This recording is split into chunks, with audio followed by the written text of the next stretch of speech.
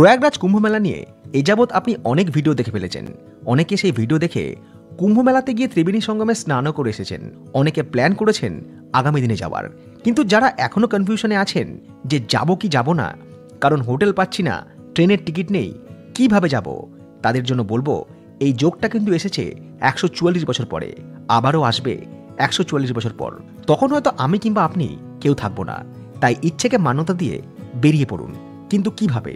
কলকাতা থেকে বারাণসী চলে আসুন, কারণ কলকাতা থেকে বারাণসী পর্যন্ত ট্রেন, বাস কিংবা ফ্লাইট রয়েছে। একটা রাত বারাণসীতে কাটিয়ে পরের দিন খুব সকালে বেরিয়ে পড়ুন প্রয়াগরাজের উদ্দেশ্যে।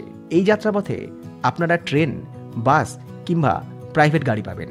সময় লাগতে পারে 2.5 থেকে 3 ঘন্টা। সেই দিন সকাল সকাল প্রয়াগরাজ পৌঁছে ত্রিবেণী সঙ্গমে স্নান করে আবারও সন্ধ্যাবেলায় বেরিয়ে পড়ুন প্রয়াগরাজ থেকে এবং রাতে ফিরে আসুন বারাণসী। তারপর রাতের ট্রেন ধরুন বারাণসী থেকে অথবা দীনদয়াল উপাধ্যায় জংশন থেকে। আর যদি একটা দিন বারাণসী থেকে যান, তাহলে পরের দিন সকালে বিশ্বনাথ দর্শন করে গঙ্গাবক্ষে নৌকা সফর এবং গঙ্গা আরতি দেখে ফিরে আসুন কলকাতা। সব মিলিয়ে আপনার এই প্ল্যানটা হবে 3 থেকে 4 দিনের, আর বারাণসী না থাকলে 2 থেকে 3 দিনের।